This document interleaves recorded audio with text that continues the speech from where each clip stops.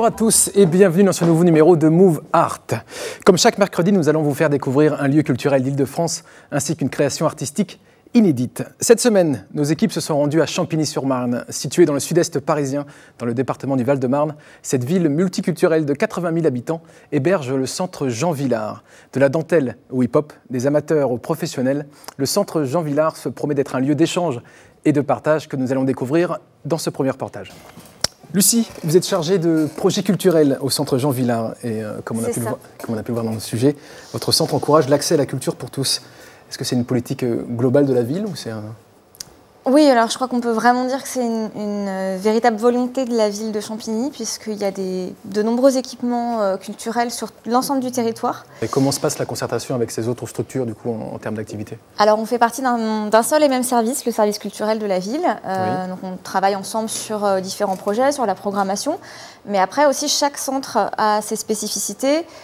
Déjà de par la configuration des lieux et aussi par la vie des quartiers dans lesquels on est implanté. Donc nous, on s'appuie énormément sur les habitants, les associations du quartier qui sont vraiment très actifs et qui prennent une grande part dans la vie de cet équipement. Donc vous prenez en compte leurs vœux, leurs souhaits par rapport à des activités, ils arrivent avec une idée, pourquoi pas, et vous prenez en compte... Oui, voilà, pourquoi pas, ça peut vraiment partir, émerger du territoire, d'être à l'écoute. Il ne faut pas qu'on soit complètement dans notre bulle je dirais cultureux entre guillemets. Il faut vraiment qu'on réponde à la fois aux attentes et puis qu'on rebondisse. Et c'est vrai que quand les habitants sont partie prenante dans les projets, ça décolle et il y a une dimension beaucoup plus humaine aussi qui est très importante. En gros, conclusion, il faut être campinois. Il faut être campinois, je crois que... C'est pour ça que ça bouge beaucoup dans cette ville en tout cas. Au niveau culturel, ça bouge. Très bien. Merci beaucoup Lucie Rota d'avoir accepté notre invitation. Merci à vous. Et tout de suite pour illustrer vos propos, place à la compagnie Acte Zéro et sa nouvelle création, Je t'aime, tout est calme, tout va bien, que vous allez pouvoir découvrir dans ce second reportage. Bonjour Gaëtan. Bonjour. Bienvenue. Gaëtan, vous êtes metteur en scène, auteur, comédien, troubadour. Oui. Plein d'autres choses. Vous pouvez nous synthétiser, nous raconter vos différentes activités? Alors, mon activité principale, c'est ce que vous venez de dire, je suis comédien. Principalement, je travaille pour une compagnie qui s'appelle le Labo, qui est une compagnie qui travaille sur le plaisir et la souffrance au travail. D'accord. C'est la thématique principale qu'explore la compagnie. Comédien pour la compagnie L'Acte Zéro et auteur pour et la compagnie scène. du Labo et pardon. comédien metteur en scène pour la compagnie L'Acte Zéro. D'accord. Voilà. En plus de ça, je suis facteur de masques. Je fabrique des masques. Voilà. Très polyvalent donc. J'essaie. Actif dans le milieu du spectacle. Ouais. Ma première question, pourquoi avoir fait le choix de travailler avec des amateurs? Parce que justement, par le biais de mon activité de comédien, en fait, j'ai été amené à inventer au plateau et petit à petit à écrire en fait, pour des spectacles sur lesquels je travaillais en tant que professionnel. Et j'avais envie de continuer à explorer ce travail-là en fait, d'écriture vraiment sur papier. La pièce Je t'aime, tout est calme, tout va bien, que vous avez mis en scène, donc, est basée essentiellement sur les relations de couple. C'est vrai qu'il y a beaucoup de pièces comme ça qui sont basées sur le couple, sur ce genre de choses. Qu'est-ce que vous avez pu mettre, vous, dans votre mise en scène ou dans votre écriture, pour être un peu plus original que les autres? Alors, c'est vrai qu'a priori, c'est un thème qu'on a... C'est assez récurrent, oui. Oui, bien sûr. Très récurrent. Je pense que quand même si c'est un thème justement qui est beaucoup traité, c'est aussi parce que c'est un thème essentiel.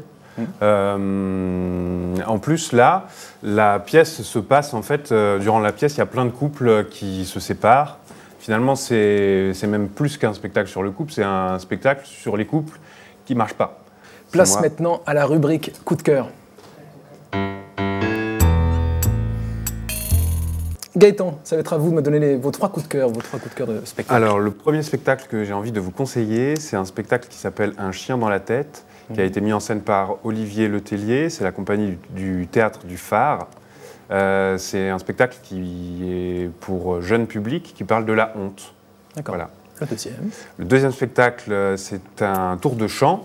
C'est un spectacle qui s'appelle Trois drôles de gamme. Et en fait, c'est trois professeurs de conservatoire. Donc il y a une pianiste, une flûtiste et une chanteuse lyrique qui, en fait, ont fait un recueil de chansons sur le thème des hommes. Voilà. D'accord. Et le troisième coup de cœur? Le troisième coup de cœur, c'est un peu de la publicité. Ah, vous êtes dedans. Voilà, exactement. C'est le prochain spectacle de la compagnie du Labo qui aura lieu en novembre 2015, qui s'appelle Ex-Limen, et qui parle des placardisés, des gens qui ont un travail, mais à qui on ne donne plus de tâches à accomplir dans le but qu'ils quittent l'entreprise dans laquelle ils sont employés. J'ai l'impression que c'est assez ciblé, en fait, à chaque fois, vos choix de pièces. Oui, c'est parce qu'aussi j'ai fait en fait une école de théâtre qui s'appelle Jacques Lecoq, qui a pour but de créer des spectacles, mais à partir de l'observation du monde qui nous entoure. Voilà, donc c'est quelque chose qui me passionne, c'est l'enquête pour la restituer sur la scène. Eh bien, merci Gaëtan Gauvin de nous avoir accompagnés pour ce numéro de Move Art. Cette émission se termine et je vous donne donc rendez-vous la semaine prochaine sur le sujet le théâtre de Suresnes. Merci à tous de nous avoir suivis et à la semaine prochaine.